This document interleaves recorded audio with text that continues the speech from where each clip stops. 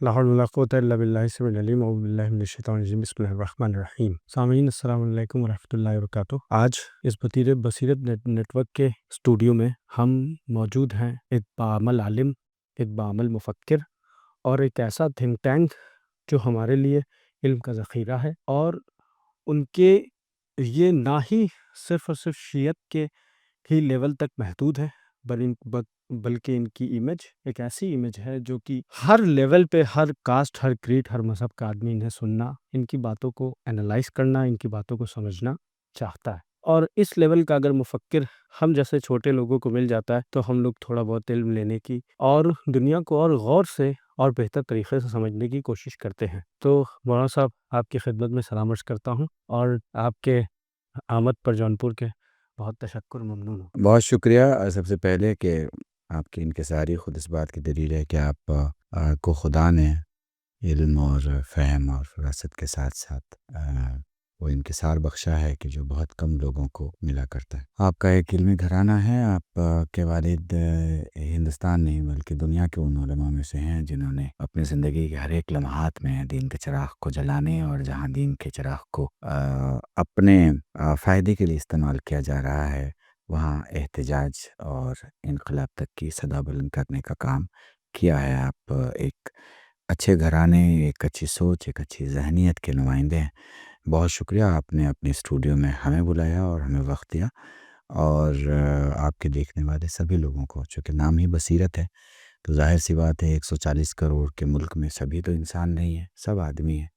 वैसे ही ये 140 करोड़ में 280 करोड़ की जो आँखें हैं, 280 करोड़ जो आँखें हैं, उनमें सब में बसीरत नहीं है। लेकिन जिनमें बसीरत है, उनके लिए उनकी गली, उनका शहर, उनका स्टेट, उनका मुल्क कल भी उनसे प्यार करता था और आज भी उनका इंतज़ार करता है। बहुत बहुत शुक्रिया, आपके इन कलमात से बहुत महसूस हुए हम लोग।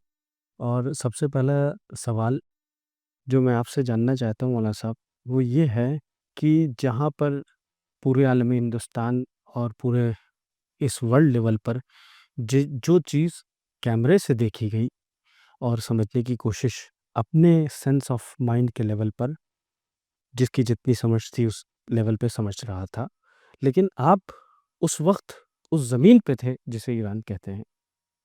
वो वाक़या ख़ामनाई साहब की तदफ़ीन का था और आप वहाँ पे पहुँचे। आपने जो अपनी आँखों से उन चीज़ों को देखा और उस ज़मीन पे ऑन ग्राउंड पीपल का एंथुसियाज़्म, एडमिनिस्ट्रेटिव लेवल पे क्या एक्टिविटीज़ थी, गवर्नमेंटल लेवल पे इतना बड़ा गवर्नमेंटल इंटरनेशनल बॉडीज़ का वफ़द आ रहा था और उस जगह पे आप भी एज़ ए गेस्ट थे। तो मैं आपसे जानना चाहता हूँ, आपकी आँखों ने वहाँ पे क्या ऐसा देखा जो आप मैसेज लेकर के आए वहाँ से? मैं इसे अगर पॉलिटिकली, डिप्लोमेटिकली या एक ह्यूमन एंगल से बोलूँ तो यही बोलूँगा, मिरेकल।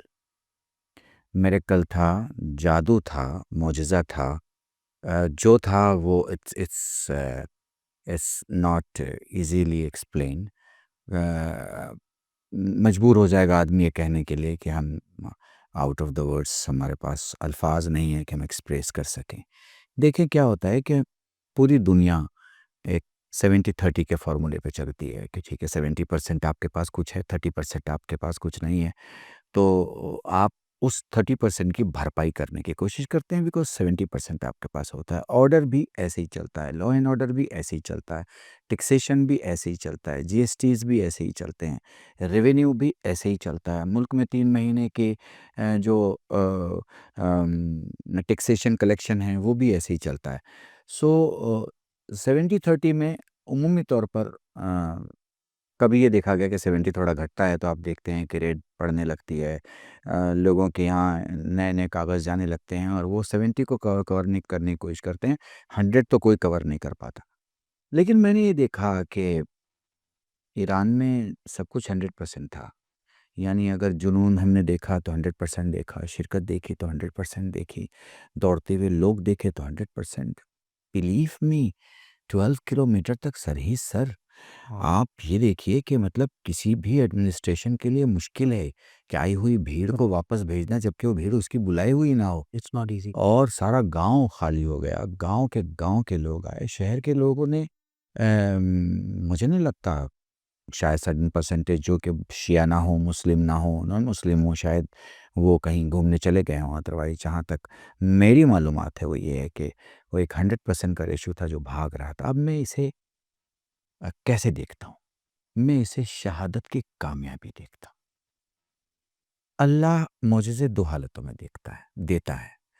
अगर वो मुआज़ज़ा पब्लिक के लिए है तो आप उसे रोक नहीं पाएँगे, और अगर वो मुआज़ज़ा आपके लिए है तो बस आपकी हद तक है कि आपने एक चीज़ देखा, अब आप अपने ईमान को मज़बूत कीजिए और उस काम को अंजाम दीजिए। ये जो मुआज़ज़ा था ये अयतुल्लाह ख़ामनेई की हद तक नहीं था, ये सैयद मुज्तबा की हद तक नहीं था, ये ईरान की भी हद तक नहीं था। ये वो मुआजिज़ा है शहादत का, और शहादत के असर का या बरकत का या शहीद के खून का, कि बह रहा है तेहरान में, असर हो रहा है न्यूयॉर्क में, बह रहा है तेहरान में और असर हो रहा है जर्मन में, यकीनन। बह रहा है कहीं और असर हो रहा है कहीं और। अच्छा, हर शहादत का एक असर होता है, लेकिन असर पकड़ते पकड़ते टाइम कंज्यूमिंग होता है। चूँकि आप जिस डिजिटल वर्ल्ड में जी रहे हैं, उसमें कोई किताब तो लिखी नहीं जाएगी, कोई मुखर्रिर जाएगा नहीं घोड़े पे सवार होके कि किसी मस्जिद के चबूतरे के किनारे आवाज़ लगाएगा कि लोगों सुनो, सुनो, सुनो, फलाँ बात हुई है और ऐसा हुआ है और वैसा हुआ है, और ये सब करते कराते उसको 3 साल गुज़र गए और फिर चौथे साल में कोई एहतजाज की कैफ़ियत खड़ी हुई। सोशल मीडिया का ज़माना है, मिनटों सेकंडों में आप करोड़ों किलोमीटर की जानकारी ले लेते हैं और करोड़ों किलोमीटर जानकारी अपनी पहुँचा देते हैं। तो शहादत दे के दुश्मन छुपा नहीं पाया। आप समझ रहे हैं? एनी ब्लंडर हैपनिंग, कोई भी गलती अगर होती है जो स्टेट्स को लगता है कि यार ये मेरे से गलती हो गई, नहीं होना चाहिए था, छुपा नहीं पाया। और सबसे बड़ी जो जमहूरियत इस्लामी ईरान की कामयाबी रही सोशल मीडिया के बदौलत, वो ये रही कि उन्होंने शहादत बुज़ुर्ग सैयद बुज़ुर्ग और सैयद मज़लूम को लोगों तक पहुँचा दिया। अभी लोगों की अदालत का तराजू इतना ख़राब नहीं हुआ है कि वो अ, हलाल को ख़रीदने के लिए हराम तौलना शुरू कर दें। अभी लोग में इंसानियत इतनी ख़त्म नहीं हुई है, अभी लोग इतने बहरे नहीं हुए हैं जितना समझा जा रहा है।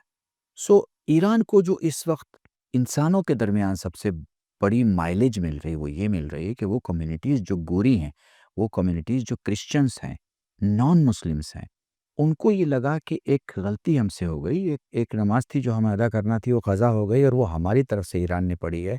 फ़िलिस्तीन में मारे गए 1.5 लाख बच्चे। यानी आप दुश्मन ज़बान से पूछें तो वो 50,000 कह रहा है।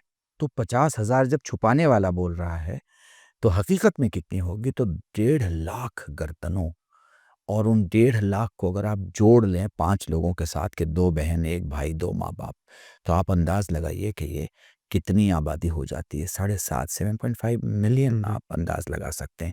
7.5 यानी 1 मिलियन तो करीब लोग जो हैं वो एक अ, इ इन कत्ल से जुड़े हुए लोग हैं जो परेशान थे कि कोई उनके लिए बोल नहीं रहा है। सो अब यूरोप के स्कूल में जाने वाले बच्चों को, इंटरमीडिएट पढ़ने वालों को, ग्रेजुएट को, पोस्ट ग्रेजुएट को अब ये लगा कि नहीं ये तो गलत हो गया। क्यों गलत हुआ? अच्छा, सरकार ने कर दिया, सरकार कैसे कर सकती है? हमारे टैक्सेशन का पैसा है, असलहे में कैसे इस्तेमाल कर सकती है?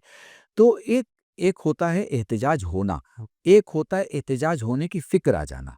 फिर चूँकि पढ़े-लिखे लोग हैं, उनको पता है कि एहतिजाज करना भी है तो किस मौसम में करना है, उसका माध्यम क्या होना चाहिए, हमारे स्पोक्समैन पर्सन कौन होने चाहिए, किन लोगों को लाना चाहिए कि हमें प्रॉब्लम ना हो। और मुझे जो सबसे बड़ी चीज़ लग रही है वो शहीद के खून का ये मोजज़ा कि बहुत जल्दी पहुँचा लोगों तक, और ऐसे लोगों को अपने अहाते में ले लिया, सवाल बन के कि क्या तुम अब भी चुप रहोगे? और यही वजह है कि वो लोग बोलना शुरू हो गए, जो डिप्लोमेटिकल लाइफ में थे, उन लोगों ने रिज़ाइन देना शुरू कर दिया, जो सिक्योरिटी के हेड थे, वो लोग किनारे हटने लगे, जो कहीं न कहीं अमेरिकन और यूरोपियन सियासत का हिस्सा थे। इस इन पैदा होने वाले हालात से ये पता चला, कुछ खुदाई दुनिया में अ, खुदा क्या की के होने की अलामतों के तौर पर मैं ये देख रहा हूँ कि कुछ वो चीज़ें हो रही हैं जिसे गवर्नमेंट नहीं कर सकती, डिप्लोमेसी नहीं कर सकती, मशीनरीज़ नहीं कर सकती, या आपने अगर 4 लाख की फ़ौज या 20 लाख के सिपहसालार रखे हों तो वो नहीं कर सकती, ये बस खुदा ही कर सकता है। अचानक मैं आयतुल्लाह ख़ामनेई, मैं एक अजीब-सी आपसे बात शेयर करूँ, आपको अजीब लगेगा। Ayatollah Khamenei when he was elected as an president, ढेर सारे लोग थे जो उनसे बेटर प्रेसिडेंट हो सकते थे, आयतुल्लाह khomeini ने उन्हें चुना। ओल्ड एज में भी थे, काफ़ी सीनियर भी थे। काफ़ी सीनियर थे। आप उस थोड़ा और आगे जाइए तो ढेर सारे हमारे यहाँ मराजे जो होते हैं वो 3 हालतों में मर्जा चुने जाते हैं। एक तो उनके शागिर्द बहुत होते हैं, दूसरे उन्होंने कोई बड़ी किताब लिखी होती है, तीसरे उन्होंने अपनी ज़िंदगी के 50 साल में 30 साल का जो उनका अरसा है वो कम से कम 20 घंटे उनका एंगेज दिखता है, ठीक है? करेक्ट। अब इस नज़रिए से जो हमारे मापदंड होते हैं बेसिकली एक मर्जा को समझने के, उस नज़रिए से हम देखें तो आयतुल्लाह खामेनी के ज़माने में ढेर सारे मर्जा हैं जो उनसे बेटर हालत में हैं। कमाल है, इस शख्सियत का कमाल है।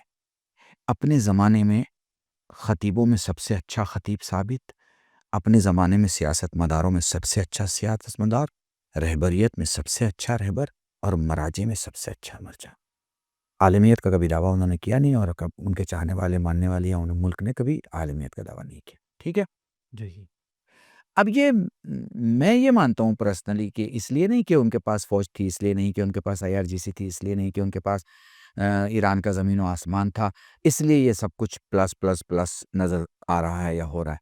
मैं मानता हूँ वो जो यकीन उनका था खुदा के ऊपर, एग्ज़ैक्टली। वो बिलीव इन गॉड। यकीन जो था, बिलीव इन गॉड जो था, वो बड़ा क़यामत का था। Belief system actually. वो बिलीफ सिस्टम इतना मजबूत था कि उस बिलीफ सिस्टम ने एक क्या कहते हैं, एक पावर उनको दिया और उनकी कौम को और उनके मानने वालों को पावर दिया कि जो ये दावा करते थे कि हम ज़मीन छीन लेंगे, उनसे इन्होंने अपना दरिया छीन लिया कि तुम हमसे क्या छीनोगे? हम जो तुम्हारे हाथ में था उसे ले के बता रहे हैं, तुम यही छीन के दिखा दो हमें। यही जो तो तुमने 40 साल हमारा इस्तेमाल किया, अब हम ले रहे हैं तुमसे। वहाँ सब आपके इस विज़िट से जो बुनियादी तौर पे चीज़ें निकल के आ रही हैं, वो सबसे ज़्यादा इम्पोर्टेंट चीज़ अगर कोई भी विज़िट और इस लेवल पे एक ऐसा आलमी इमेज जिसका मर जाना अभी भी लोगों को यकीन नहीं होता है, उस ग्राउंड पे जाने के बाद मौलाना साहब ने जो सबसे बेसिक बात बताई कि उन्हें जो सबसे बुनियादी चीज़ नज़र आई वो था होप। और वो सबसे ज़्यादा खूबसूरत चीज़ है कि when you have hope in your heart, तो अपने आप में आपको कोई चीज़ हरा नहीं सकती, आपको कोई चीज़ तोड़ नहीं सकती। और दूसरी चीज़ मौलाना साहब ने ये बताया कि हमें वहाँ पे जाने के बाद एक यकीन भी मिला लोगों की आँखों में। कि जब कह रहे हैं कि 100% ग्राउंड पे है तो एक एक यकीन का मेयार जो है वो 100% ही माना जाएगा एक्चुअली। और दूसरी चीज़ ये कि अनथक मेहनत के साथ खुदावंद आलम के ऊपर यकीन। तो मौलाना साहब यही यही सारी चीज़ें एक्चुअली निचोड़ है एक इंसान के वजूद के अंदर कि अगर वो हंगामा मचाना चाहता है, तूफ़ान लाना चाहता है, तो ये यही बेसिक चीज़ है जो आपने देखा और उससे हमें बड़ा हम लोग महसूस हुए। दूसरी तरफ जो बहुत ही इम्पोर्टेंट है आज के यूथ के लिए, उस चीज़ की तरफ मैं आपको थोड़ा-सा मुतवज्जे कराना चाहता था क्योंकि ये बसीरत नेटवर्क का एक एक्चुअल मौज़ू और मकसद ये है कि हमें यूथ को क्या एड्रेस करना है। What we are going to feed our youth? This is the basic question I and my team is kept on asking ourselves. तो वो इसमें पहलू समझने की कोशिश ये कर रहे हैं कि एक वो कौम है, ख़ास तौर पे अगर जैसे हिंदुस्तान की तरफ आप मुतवज्जे हों, तो हिंदुस्तान की कौम ये है कि जो बहुत ज़्यादा इमाम हुसैन पे यकीन करती है। उसे पुश करने के लिए हम ये जानने की कोशिश कर रहे हैं कि क्या यकीन के साथ-साथ इल्म का भी कहीं कोई वजूद है या नहीं है?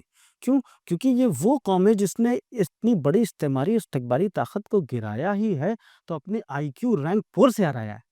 सर। यस, यहाँ मैं ना ये कहना चाहूँगा बिलख़ुसूस जवानों से जो आपके देखने वाले हैं, उनको ये कहना चाहूँगा, देखिए धीरू भाई के लिए कोई अलग आसमान में सूरज नहीं उगता था। वाओ! उनके घर गुड में भी वो एग्ज़ाम्पल। 28 साल का दिन नहीं था, अरे 28 घंटे का दिन नहीं था और उनके यहाँ 45 दिन का महीना नहीं था और साल के उनके भी 12 महीने थे, उनके भी वैसे 2 हाथ थे और कभी भी उन्होंने भी चैलेंज सहा होगा, उसको फेस किया होगा। हमारे बच्चों की इस वक्त की जो प्रॉब्लम है, वो चैलेंजिंग कैपेसिटी उनकी ख़त्म हो गई है, वीडियो गेम ने छीन लिया है। जो बच्चा भी बचपन में 7 साल से लेकर 12 साल तक और 16 साल तक कैरम और वीडियो गेम में होगा, वो अपने प्रोफाइलिंग लाइफ में जो ओरिजिनल लाइफ है, ओरिजिनल टास्क है, ओरिजिनल गोल है, ओरिजिनल चैलेंजेस है, उसमें वो कमाल नहीं दिखा पाता क्योंकि उसकी आदत होती है वीडियो में कमाल दिखाने की। वाह! तो मैं यही कहूँगा कि थोड़ा वीडियो से बाहर आए, अपने दिमाग को सेट करें प्रोफेशनल लाइफ की तरफ। ज़रूरी नहीं है कि आप बीए बन जाएँ, बीकॉम बन जाएँ, ज़रूरी नहीं है कि आप बीएससी बन जाएँ, ज़रूरी नहीं है कि आप एमफिल कर लें और पीएचडी कर लें।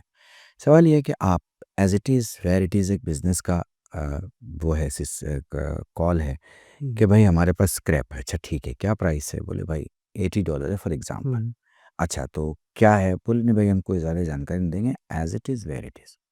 आप उठाइए, आप लैब में चेक कराइए, आप देख लीजिए डस्ट कितना है, एफई कितना है, कार्बन कितना है, दूसरे जो उसके प्रॉपर्टीज़ हैं वो कितना है और आप ले लीजिए। सो मुझे लगता है हर आदमी को अपने आप को एग्ज़ामिन करना होगा as it is where it is कि वो कितने का है, किस लायक है और क्या है। क्या बात है! हाँ, हाँ। अगर वो मैकेनिकल इंजीनियर नहीं बन सकता मगर हेल्पर बन सकता है तो वो ट्राई करे कि एज एन हेल्पर 2 इयर्स तक वो कहाँ इंगेज हो सकता है, अपने घर को कैसे संभाल सकता है, बाप को कैसे हेल्प कर सकता है और कहाँ से पैसे जमा कर सकता है जिससे वो अपनी प्रोफेशनल लाइफ को एक एकेडमिक लाइफ के सपोर्ट से और आगे बढ़ा सके। आप अच्छी तरह जानते हैं एक वक्त था जब मोबाइल बहुत महंगा था, स्टेटस सिंबल था। एक कंपनी आई उसने मोबाइल सस्ता कर दिया। एक वक्त था जब कार बहुत महंगी हुआ करती थी, स्टेटस सिंबल हुआ करती थी। एक कंपनी आई उसने कार को सस्ता कर दिया।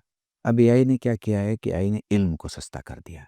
अब इस ज़माने में जब इल्म बिल्कुल सस्ता हो चुका है, आई मीन नॉलेज के लिए आपको पे करने की ज़रूरत ही नहीं है। अब ऐसे वक़्त में भी अगर आप न पढ़ पाएँ, जानकारी न ले पाएँ, अपनी जहालत न दूर कर पाएँ, आप वही रह जाएँ जो अब्बा छोड़ के गए थे और अम्मा छोड़ के गईं, या आपने अपने आप को जहाँ रखा है अगर आप वही रह जा रहे हैं, तो ये आपकी नाअहली है। मुझे लगता है हमें सबसे पहले अम, ये सोचना होगा कि हमारे जो जवान हैं वो किस कैटेगरी में हैं। मैं आपको एक ऑर्गेनाइज़ेशन का किस्सा सुनाता हूँ। उन लोगों ने मुझे चूज़ किया अपने जवानों को ट्रेन करने के लिए। मैं हैदराबाद गया और बहुत अच्छा प्रोग्राम था। मैंने उनसे कहा आप लोग करते क्या? तो बोला पूरी तवज्जो आपसे, ओके आप लोग करते क्या? उन्होंने कहा कि हम यूनिक चीज़ें प्लान करते हैं और वो काम करते हैं। मैंने कहा जैसे फॉर एग्ज़ाम्पल?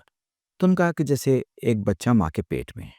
होता ये है कि जब बच्चा माँ के पेट में होता है, तो वो 6 महीना और बाद का 9 महीना, जब माँ जो है वो अपने कामों में बिज़ी रहती है, घर देखने में बिज़ी रहती है और अपने लिए ज़्यादा कुछ नहीं बना पाती है, नहीं खा पाती है, जिसकी वजह से बच्चे को सही से फ़ीडिंग नहीं करा पाती है, तो बच्चा भी कमज़ोर होता है और माँ भी कमज़ोर होती है। तो बोलते हैं कि हम 25 महीने तक लगभग एक घर में एक हामिला औरत की मदद की ज़िम्मेदारी उसके फैमिली मेंबर की तरफ से उठा लेते हैं।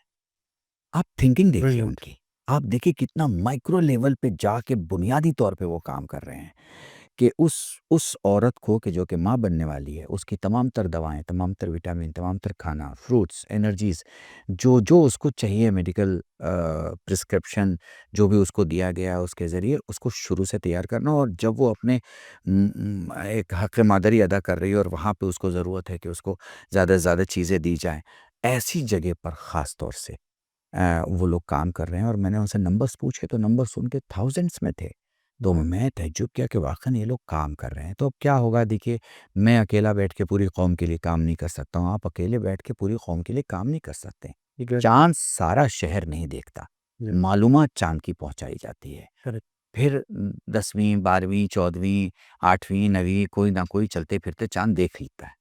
मगर उसको ऐलान पहुँचा दिया जाता है कि भाई चाँद हो चुका है। आप समझ रहे हैं मेरी बात? जी, जी। वैसे ही आज के वक़्त में आप जानकारी बस पहुँचा सकते हैं। लगभग 119 यूनिवर्सिटियाँ हैं, जिसमें आप डिप्लोमा कर सकते हैं और मुफ़्त डिप्लोमा कर सकते हैं। वो मोबाइल जो आपकी माँ या बाप और या खुद आपने अपने बचत के पैसों में से खरीदा है, उससे आप अनसॉलिड और अननोन रिलेशन में जो अभी इन्वॉल्व हैं, 2 घंटे, 4 घंटे, 5 घंटे, 10 घंटे जो आप चैटिंग करते हैं, कि इसमें से 1 घंटा सिर्फ़ डिप्लोमा के लिए निकाल लें, तो आप 6 महीने में यूरोप की किसी यूनिवर्सिटी के आप डिप्लोमा के हामिल हो जाएँगे, जो आपको फ्यूचर काम में ज़रूर मदद करेगा।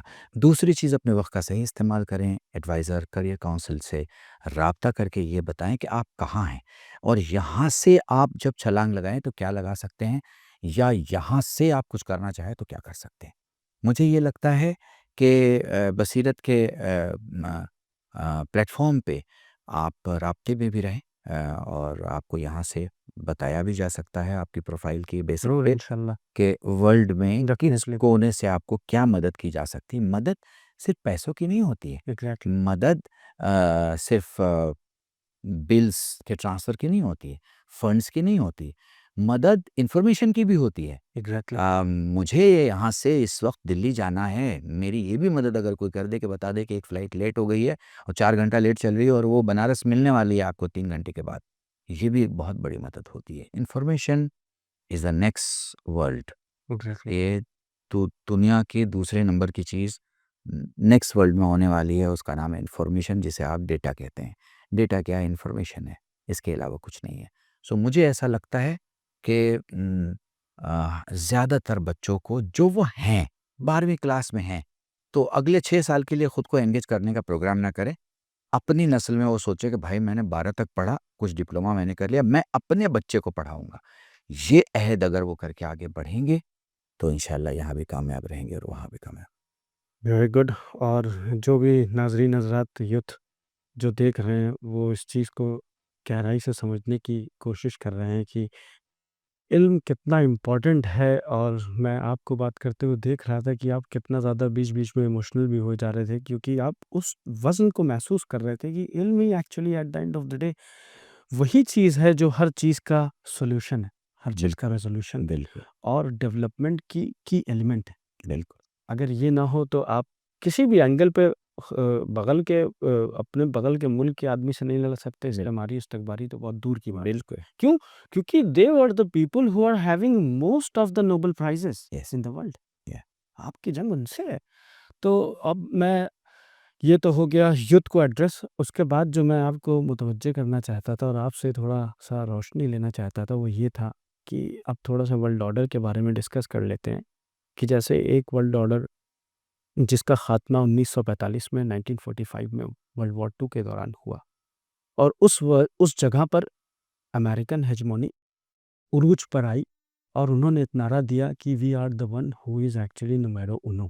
हम नंबर 1 हैं, वी आर द हेजेमॉन्स और हम पेट्रोडॉलिक डॉलर के मालिक मालिक हैं और हम इस वर्ल्ड को ऑर्डर देंगे, शेप देंगे, कैसे चलेगा, क्या होगा। लेकिन एक वो वक़्त आया जो सिर्फ़ बहुत छोटा था, अगर दिनों के एतबार से देखें तो सिर्फ़ 40 दिन था, जिसने वर्ल्ड ऑर्डर को ऐसी चोट पहुँचाई कि दुनिया अब ये डिस्कस कर रही कि ये हेजेमोनी रहेगी या नहीं रहेगी। आदमी ये सोचता था कि वहाँ सब की beautiful military equipment can rule the world, but it's not true, it's people now. It's actually peoples who rule the world और दैट्स व्हाट कि यहाँ पे प्रूव हुआ। तो मैं समझना ये चाहता था कि ये जो एक वर्ल्ड ऑर्डर अपने ज़वाल की तरफ पूरी तरह से नज़र आ रहा है, अब दूसरे वर्ल्ड ऑर्डर की तरफ दुनिया रुजू कर रही है। ख़ास तौर पे डिस्कशन में से ये ज़ाहिर हो रहा है कि ग्लोबल साउथ की तरफ रुजू कर रहे हैं। इकोनॉमिकल जो अपग्रेड हो रहा है वो सब इधर ही हो रहा है। तो ये जो इनख़ला हम देख रहे हैं, इस इनख़ला को युद्ध जो आने वाले ज़माने में 10-20 साल गुज़ारेगा, उसकी स्ट्रैटेजी क्या होनी चाहिए? उसके लॉन्ग टर्म्स और शॉर्ट टर्म्स गोल क्या आपके ज़हन में है, जो आप उन्हें मैसेज दें ताकि उसी अकॉर्डिंगली वो प्लान कर सकें, ताकि वो हिट हार्ड ना हो सकें? अच्छा, थोड़ा-सा बहुत गहरा सवाल है, तो थोड़ा-सा इसे डिटेल में जाते हैं, देखते हैं कि सिचुएशन क्या है। आज के वक़्त में अमेरिका वही गलती कर रहा है जो गलती जर्मन ने उस ज़माने में की थी, जब उसे लगता था कि लंदन क्या है और दूसरे ये यूरोपियन देश क्या हैं और इनकी तो कोई औकात ही नहीं है, और जब इनकी औकात नहीं है तो ये जो ग़ुलाम तबीयत दोस्त हैं और ग़ुलाम मिजाज दोस्त हैं, और अभी तक जो ग़ुलाम हैं और ग़ुलामी से निकल के भी जो ग़ुलामी से बाहर नहीं निकले हैं, इन दोस्तों का क्या है या इन कंट्रियों का क्या है, काउंट नहीं किया। सो आपने देखा कि जिस तरह जर्मन ने अपने आप को बुलंद किया और जिस तरह उसने नेशनलिज्म को पावरफुल किया और नेशनलिज्म के अम्ब्रेला में सबको ले लिया कि जो भी है वो अ, जय जर्मन कहेगा तो ही जिएगा और वरना नहीं जिएगा, और बाहर वाले को जो है वो जर्मन को मानना पड़ेगा। और मैं यहाँ किसी का नाम लिए बिना आपको जैसे इशारतन कहना चाहता हूँ कि एक वक्त आया जब ये सारा का सारा ये जो जय जर्मन वाला नारा था वो बैठ गया, क्योंकि आप मज़हब को चरस की तरह इस्तेमाल कर सकते हैं अगर बाहर से ले रहे हैं। वाह! उसका एक आवर है, उतर जाएगा। नशा उतरते ही आपको समझ में आ जाएगा कि जॉब छूट गई है, आपको समझ में आ जाएगा कि वीज़ा ख़त्म हो गया, आपको समझ में आ जाएगा कि वापस पलटना है, और आपको समझ में आ जाएगा कि इसके आगे कुछ नहीं हो सकता। मगर मज़हब अगर अंदर से आ रहा है इंसानियत विटामिन के साथ, तो फिर उसे आप ख़त्म नहीं कर सकते, क्योंकि भूख से वो नहीं डरेगा, प्यास से वो नहीं परेशान होगा, अचानक की मौत से वो नहीं घबराएगा। सब्र उसके पास ज़्यादा होगा, अज़्म, हौसला, हिम्मत, वो सब उसके पास भरा पड़ा होगा। सो अभी हम ज़ाहिरी मज़हब वाली बात कर रहे हैं, तो ये जो नारा था जर्मन फर्स्ट का, जर्मन वन का, ये जो नारा था making German, made in German, ये जो नारा था कि हम ही हैं दुनिया को चलाने वाले, खरगोश है। समझ रहे हैं आप? जी, जी। ये सारा का सारा धीरे धीरे धीरे धीरे धीरे ख़त्म हो गया। और फिर ये हुआ कि दुनिया ने कहा कि अगर तुम्हें अपनी कस्में खाने की ख्वाहिश है तो हम भी अपनी कस्में खा सकते हैं, तुम्हें अपने मुल्क से प्यार है तो हम भी अपने मुल्क से प्यार कर सकते हैं। गो के चाहा गया कि इमोशनल अलाइज में मुल्क को घेरा जा सके, जोड़ा जा सके, बंद किया जा सके, और सारे मुल्क इस तरफ चले। 50 साल बाद भी आज देखिए आपके यहाँ जो ये समझ रहे हैं ना मेरे इशारों को, ये जो मुल्की चीज़ों से जोड़ के जो चीज़ों को बनाया जाता है, और ये कि साहब आप मुल्क से जुड़े रहें, आप ज़मीन से जुड़े रहें, और मिनिमलिज़्म एक्चुअली हाँ, क्या है? समझ रहे हैं ना आप वी ऑफ आप द आप खोखले घर न्यूक्लियर को चूमें और माँ को घर से निकाल दें। ये कहाँ की इंसानियत है? आप अपने चौखट पे सजदा करें और अब्बा को मार-मार के उनके पुराने कपड़ों के साथ घर से बाहर कर दें। ये कहाँ का नेशनलिज़्म है? तो नेशनलिज़्म जो बनता है वो डेप्थ से बनता है, नेशनलिज़्म बनता है उन कस्मों से जो आपने मुल्क के लिए खाई हैं, उन वादों से जो आपने अपने लिए किए हैं, उन उन सोचों से जो आप अपने मुल्क और सरहदों के लिए और अपने हमसायों और हमशहरियों के लिए रखते हैं। तो आपने ये देखा कि ये चीज़ें ढह गईं, ठीक है? अब हुआ क्या है इस वक़्त में, जो इस वक़्त की सिचुएशन है और आगे क्या हो सकता है? अमेरिका ने जो सबसे बड़ी चीज़ खोई, वो अमरीकियत खो दी। अमेरिका ने अपने अंदर अपना कसम, अपनी अपनी जो उसका सर्वश्रेष्ठ होना था, उसका जो नंबर 1 होना था, वो दुनिया के लिए नंबर 1 बाद में, वो एक अमेरिकी के लिए नंबर 1 पहले, ठीक है ना? जब यही साबित नहीं है कि वो अमेरिकी में नंबर 1 है, तो बाहर कहाँ से लेके जाएगा? यानी एक बच्चा घर में बाकिरदार होगा, वही बाहर बाकिरदार होगा। जो घर ही में बाकिरदार नहीं हो, बाहर क्या बाकिरदार होगा? तो अमेरिका ने अपने तमाम नाज़ को, फ़ख्र को, नाज़ियत को और हर एक चीज़ को खो दिया है, अमेरिकन्स में खो दिया है। क्योंकि अमेरिकन्स जो पढ़े लिखे हैं, वो कभी नहीं चाहेंगे कि उनके हाथ मज़लूमों के खून से रंगे हों। वो कभी नहीं चाहेंगे कि उनका दुनिया की कॉन्स्पिरेसी में, तबाही फैलाने में, बम बरसाने में, मिसाइल की सेलिंग और परचेज़िंग करने में उनका नाम आए। चूँकि वो मानते हैं भाई उनके पास शहर अच्छा है, क्लीननेस है, उनके पास दरिया अच्छा है, सफाई है, उनके पास आबो-हवा अच्छी है, ज़िंदगी है, उनके पास पैसा अच्छा है, उनके पास जीने की शैली है। सब कुछ जब अच्छा है तो वो क्यों अपने दामन को दागदार बहुत करें और अच्छी बात कही मना साहब। ये मतलब आपने उस चीज़ को पिन पॉइंट कर दिया। अब देखिए बातों से बातें निकलती हैं कि आप मागा बेस को ही देखिए कि मेक अमेरिका ग्रेट अगेन। तो वो उसमें ये नहीं था कि देवर ओनली जो फोकस कर रहे थे वो पेट्रियोटिज्म ही की तरफ फोकस कर रहे थे। और जब ये 7 अक्टूबर का मुअम्मा हैपन हुआ है और यहिया सिनवार का जब इस लेवल पे कत्ल हो जाना, तो आप ये सोचिए कि टेल अवीव के बाद सबसे ज़्यादा आबादी रहती कहाँ है? न्यूयॉर्क। और न्यूयॉर्क में जीत कौन गया? ज़ोरान ममदानी 34 ईयर्स का बंदा। Yes, yes. We are actually feeling the change sir. Yes, yes, that is there because आज तक ऐसा हुआ कि कम से कम 70 साल ऐसे गुज़रे हैं, सबसे ज़्यादा वादा किसने किया है? हुकूमतों ने। एग्ज़ैक्ट अगर हम पूरे वर्ल्ड ओवर में 195 मुल्क को और 7,000 बोले वाली ज़बानों को जोड़ लें और कोई 600 वीआईपी को जमा कर लें, तो इन 600 वीआईपियों के मुँह से जो निकला है, वो उनका वादा है। तो सबसे ज़्यादा वादा खिलाफ़ी किसने की है? सियासतमदारों ने कहा, चाहे वो काले रहे, गोरे रहे, पूरब के रहे, पश्चिम के रहे, उत्तर के रहे, दक्षिण के रहे। बेवफ़ाइयाँ सबसे ज़्यादा उन्होंने की है, और उससे ज़्यादा सबसे ज़्यादा नुकसान किसको पहुँचा है? कौमों को पहुँचा है। तो ये पीपल एक्चुअली। कौमें जो हैं वो अपनी हुकूमतों के ख़िलाफ़ आप देखेंगे कि अनक़रीब अगले 2-3 साल में खड़ी हो जाएँगी, चूँकि हुकूमतों को जो कर पाना चाहिए था, वो हुकूमतें कर नहीं पाईं। चाहे वो वेस्ट की हुकूमत हो, ईस्ट की हुकूमत हो, अरबी हो या पर्सिया हो। सोच के भी मौलाना साहब आपकी बात को गूज़बम्प्स आ जाते हैं, मेरे तो रोंगटे खड़े हो गए सच में। लेकिन समझने की ज़रूरत ये है मौलाना साहब, मेरे सामाईन को एक्चुअली, और बसीरत नेटवर्क का जो प्रोजेक्ट है वो यही प्रोजेक्ट है कि भई हम ऐसे ही आँख बंद करके ना बैठे रहें। बिल्कुल। क्योंकि आँख बंद करने वाली कौमें कैसे नेस्तनाबूद हो गई किसी को नहीं पता चला। जी, बिल्कुल। जागने वालों का सारा तज़किरा है यहाँ पे। बिल्कुल, ऑफ़ कोर्स। और जो जागेगा वही वजूद, उसका ही वजूद बाकी रहेगा।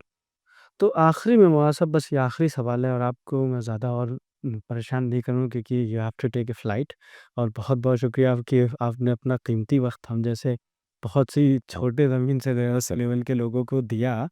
तो सवाल मौलाना साहब ये था कि अब जो चेंज हम आप एक तरफ से चेंज पे डिस्कस करते आ रहे थे, होप के ऊपर डिस्कस करके आ रहे थे, एजुकेशन के ऊपर डिस्कस करते आ रहे थे। लास्टली मैं आपको पॉइंट करना चाहता हूँ उस तरफ कि जैसे अब हिंदुस्तान हिंदुस्तान वो जगह है जिसे कहते हैं ग्लोबल विलेज और डाइवर्सिफाइड कल्चर एक्चुअली ये है।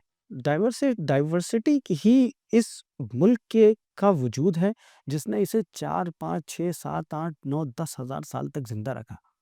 डाइवर्सिटी ऐसा नहीं था कि मुसलमान आए तब डाइवर्सिटी थी। मुसलमान के आने से पहले भी डाइवर्स था बिल्कुल और वही डाइवर्सिटी कहीं न कहीं इस मुल्क को भी बहुत ज़्यादा खूबसूरत बनाती है। बिल्कुल और उस डाइवर्सिटीज़ के आप एक्चुअली अगर कम्युनल हार्मनी की बात किया जाए और सोशल वेलबीइंग की बात किया जाए और सोशली लोगों को एनलाइट करने के लिए जो आपने पूरी लाइफ़ एक तरफ से एक स्टेज पे लगा दी। लोगों ने बहुत छोटे लेंस से आपको पहचानने की कोशिश की एक्चुअली जो मैंने बहुत गौर से देखा कि उन्होंने ये देखा कि अगर इस ख़ैमे में बैठे हैं तो यही हैं, उस ख़ैमे में बैठे हैं यही।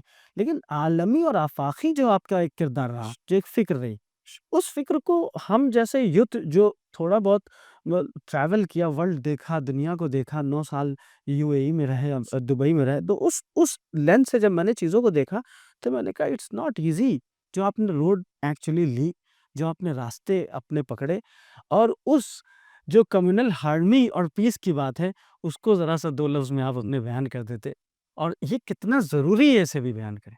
प्लीज़। अच्छा ये हमारे ज़िंदगी और कुरानी हुक्म की और इंसानी ज़िंदगी की सबसे बड़ी चीज़ है। क्वेश्चन ये नहीं है कि आप अपने लिए क्या कर रहे हैं, सवाल ये है कि आप दूसरों के लिए क्या कर रहे हैं। और इसीलिए हमारी कोई भी दुआ इन चीज़ों से खाली नहीं है, चूँकि ये सिर्फ़ आपकी ही पसंद नहीं है, आपके खुदा की ही पसंद है कि आप अपने सवालों में कुछ सवाल ऐसे भी करें जो आपके लिए ना हो, उन बंदों के लिए हों जो शायद आपके पड़ोस में रह रहे हों, वो शायद आपके इलाके में, शायद आप उन्हें नहीं जानते हो या शायद आप उन्हें जानते हो। अल्लाह ज़मीन से आसमान की तरफ जाने वाली दुआओं में उन दुआओं को कबूल ही नहीं करता जिसमें सिर्फ अपनी बात की जाए और दूसरों की बात ना की जाए। अगर हम प्रैक्टिकल लाइफ में देखें तो हम लोगों ने पर्सनली मैंने जो महसूस किया, बल्कि मैंने अपनी मजलिसों में कई जगह कहा है कि भाई तुम डिस्ट्रिक्ट सेंटर गए हो और तुमने 1 किलो सेब, ज़्यादा सवाल नहीं करता हूँ, 1 किलो सेब तुमने डिस्ट्रिक्ट सेंटर में अजनबी मुसाफिर मरीज़ को खिलाने की कोशिश की है कि उसने पलट के तुम्हारा नाम पूछा हो? तो सब ने जवाब दिया नहीं, और फिर मैंने कहा शायद 2 साल में, शायद 5 साल में, शायद 10 साल में। तुम इसे शियत समझते हो? नहीं, ये शियत नहीं हो सकती। शियत ये है कि दूसरे को पता चले कि आप शिया हैं। तो किस वजह से पता चले? अगर आपके ज़हन में ये है कि या हुसैन, या हुसैन, या हुसैन और मातम की आवाज़, सीने पे हाथ मारने की आवाज़ गूंज रही है, इसलिए आप पहचाने जाएँ कि आप शिया हैं? या इसलिए कि आपने जो है ब्लेड लगाया हुआ है, या इसलिए कि आपने कमा लगाया हुआ है, या इसलिए कि आपने पीठ पे ज़ंजीर मारी हुई है, इसलिए कि भीड़ में आप आग पे मातम कर रहे हैं, लोग जाने कि आप शिया हैं? नहीं। शियत एक खुशबू है, बिल्कुल ऐसे ही जैसे तौफ़ीक़ खुशबू है, नबूवत खुशबू है, इमामत खुशबू है, रिसालत खुशबू, अल्लाह की नेमत खुशबू हैं। जैसे आपने हदीस किस्सा में पढ़ा होगा मुसलसल के, मुझे नाना की खुशबू आ रही। बिल्कुल, थी। तो ये हमारे यहाँ बिल्कुल जो ये खुशबुएँ हैं ना, उसी में से एक खुशबू है शियत। और आपने खुशबू लगाई है और वो दूसरे को महसूस नहीं हो रही है, तो आई एम सॉरी, आपने ठीक से नहीं लगाई है, क्योंकि अगर सही से लगाई होती तो दूसरे को ज़रूर महसूस होती। तो शियत का मतलब ही है ज़बान से निकले हुए अल्फाज इतने खूबसूरत हो कि उसको ये पता चले कि ये साहिब नज़रुल्लाह का चाहने वाला है, और उसके आपके अमल से लोगों को ये पता चले। आप देखिए ना, अभी 100 साल पहले लेप्रेसी से कितनी नफ़रतें और घृणा थी। मदर टेरेसा बंदे से लेप्रेसी से नफ़रत हटा के और लोगों को मदद करके, ठीक है ना? पूरे यूरोप ने वो एक्सेप्ट, हाँ, ह्यूमैनिटेरियन हाँ, राइट। ठीक है। सो अब आप सोचिए कि जब 100 साल पहले लेप्रेसी से इतनी नफ़रत थी, तो आप अंदाज़ लगाइए 1200-1300 साल पहले कितनी नफ़रत होगी लेप्रेसी से, जब हाथ कट जाते होंगे लोगों के लेप्रेसी से। और उस वक़्त इमाम हसन जब छोड़ के आ रहे हैं और 3 लोगों का मिलना, उसमें एक यतीम है, एक मोहताज है और एक जो है मज़लूम है, जिसके हाथ कटे हुए हैं, और बैठ के आप दवा लगा रहे हैं, और वो रो के कह रहा है कि वो जो आते थे वो अब नहीं आए, तो कहा वो नहीं आएँगे। आप महसूस कीजिए मेडिकल ट्रीटमेंट ये सोशलिज्म है, ठीक है? यतीमों की परवरिश ये सोशल पार्ट का हिस्सा है। गरीबों की मदद ये सोशल पार्ट का हिस्सा है। ये पर्सनल फीलिंग नहीं है, आप अपने घर क्या ले जा रहे हैं। अब आज सब कुछ बदल गया है, दूसरे की कोई कहानी आपके पास है ही नहीं। आपकी जो भी कहानी है अपनी है, फेल हो गया मैं, पास हो गया मैं, नंबर मिल गया मैं, मेडल मिल गया मैं, जॉब मिल गया मैं, जा रहा हूँ मैं, आ रहा हूँ मैं, शादी है मेरी, पैसा खर्च हो रहा है मेरा, नाम मेरा, कार्ड मेरा, सब कुछ मेरा। तो इस मैं में आपका बहुत कुछ दफ़न हो जाता है और इसीलिए ज़रूरी है जो मुझे महसूस होता है कि आप अपने सोशल समाज के लिए मज़बूती से खड़े हों। यकीन जानिए मैं एक प्रोजेक्ट चलाता हूँ सीता 60 उसमें ज़ीरो से लेके और ग्रेजुएट तक के बच्चे जो है जमा किए जाते हैं और ये वो बच्चे हैं जो हिंदू हैं, मुस्लिम नहीं हैं, मगर गरीब हैं, बिल्कुल गरीब हैं। इनकी पढ़ाई का इंतज़ाम कोई और करता है, कॉलेज कोई और देता है, इंतज़ाम कोई और करता है। मैं सिर्फ़ इनिशिएट करता हूँ, मैं शायद डॉट्स को जोड़ देता हूँ। शायद मेरे कहने की वजह से कोई समझ जाता है कि हाँ, ये करना चाहिए जो कि कल वो शायद करें। एक हमारा प्रोजेक्ट है फ़ातिमा 50 उसमें हम अहले सुन्नत के बच्चों को, ज़रूरी नहीं कि शिया हों, गरीब बच्चों को, नीडी एक्चुअली। नीडी एक्चुअली जो है ना, भई आप मुझे बताइए चिराग महल में जले या झोपड़ी में क्या वो अपनी लौ में कमी करता है लोगों की क्लास देख के या वो अपनी ज़ात को दिखाता है कि मेरा काम है लोगों तक रोशनी पहुंचाना। मेरा पर्सनल मानना ये है कि मैंने जहाँ जहाँ ये काम किया है इसका असर इतना ही है जितना बेहोश आदमी पे चंद कतरे पानी के गिर जाएं तो वो होश में आ जाता है। राइट। वाकई आप अपनी कम्युनिटी को ज़िंदा कर सकते हैं चैरिटी के ज़रिए और आप अपनी कम्युनिटी को नंबर 1 पे ले जा सकते हैं चैरिटी के ज़रिए और आप अपनी कम्युनिटी को अगले 100 सालों तक सब में मुमताज़ बना सकते हैं चैरिटी के ज़रिए। तो सोशल रिफ़ॉर्म्स में जो चीज़ें मैंने देखी, वो एजुकेशन पे काम करके कैंसर पे काम करके और सोशल वेलफेयर पे काम करके जो मुझे दिखा वो ये दिखा कि आपको बस स्टार्ट करने की ज़रूरत होती है। All you need is just a start. लोग ऐसे खड़े हो जाते हैं आपके साथ कि आपको खुद तजुब होता है कि अच्छा और यकीन जाना मुझे बड़े ऑर्गेनाइजेशन कनेक्ट करते हैं कि सर हमसे आप पैसा ले लें, हमसे कॉन्टैक्ट ले लें, हमसे आप कोई कॉन्ट्रैक्ट ले लें। मैं सोचता हूँ नहीं, तस्बीह के दाने में जब आप विर्द करते हैं ना, तो आप अपनी तस्बीह किसी को देख के नहीं कहते कि चलो भाई हमारी तरफ से ज़िक्र पढ़ लो। पढ़ लो सी। तो नेकियां हैं ना, वो आपकी तस्बीह के दानों पे आप ही की उँगली हिलाने में अच्छी लगती हैं। चाहे कम और चाहे ज़्यादा। खुद कीजिए, ऐसा समाज बनाइए कि लोग दूसरों के बारे में सोचें और जब आप नीडी तक पहुँच जाएँगे, तो यकीन जानिए ये मुल्क गरीबों का है और गरीबों के मुल्क में अमीर कब्ज़ा तो कर सकता है, मालिक नहीं बन सकता। बहुत अच्छा बयान और दिल को छू जाने वाली बातें और बहुत ही ग्राउंड लेवल पे हकीकतें। ऐसी नहीं कि जो मतलब आदमी सुने तो यकीन ना करे। हर आदमी समझ सकता है इन बातों को इतनी सिंपल अंदाज में वहाँ साहब ने बताया। और हमारी कोशिश भी यही है कि ज़्यादा से ज़्यादा नॉलेज फ्लोट हो सके और इस चैनल का भी मकसद यही है कि नॉलेज जो हमारे पास भी छोटी मोटी नॉलेज है वर्ल्ड लेवल पे करंट इश्यूज से रिलेटेड, जियो पॉलिटिकल स्ट्रेटजीज जो दुनिया में इस टाइम हो रही हैं उससे रिलेटेड, और बाज़ औक़ात इस बहुत ही दबे हुए नीचे कुचले हुए समाज को किस तरह से हम मजबूत करें, अपलिफ्ट करें, वो हमारी पूरी तरह से कोशिश है। आप हज़रात नाज़रीन सबसे ये गुज़ारिश है कि इस चैनल को सपोर्ट करें, लाइक करें और मौलाना से अगर आप कोई भी कमेंट लेना चाहते हैं तो आप ज़रूर शेयर करें, इंशाअल्लाह मैं उन तक पहुँचाऊँगा। बसीरती देखने वाले सभी लोगों को जो जहाँ-जहाँ अपने मोबाइल या अपने स्क्रीन पे मुझे और साहिब बसीरत को देख रहे हैं उन सब का शुक्रिया अदा करते हुए ये कि आपकी एक लाइक या आपका एक कमेंट या आपका एक फॉरवर्ड हमारे लिए फ़ायदा दे न दे लेकिन आपके लिए एक सवाब जारिया है जो कि बात अगर इंसानियत की फलाह व बहबूद के लिए हो और आप चिराग बन के रोशनी दें तो रास्ते पे पहुंचने वाले और चलने वालों के साथ साथ आपके लिए भी बहुत सारी कामयाबियाँ मौजूद रहेंगी। बहुत शुक्रिया।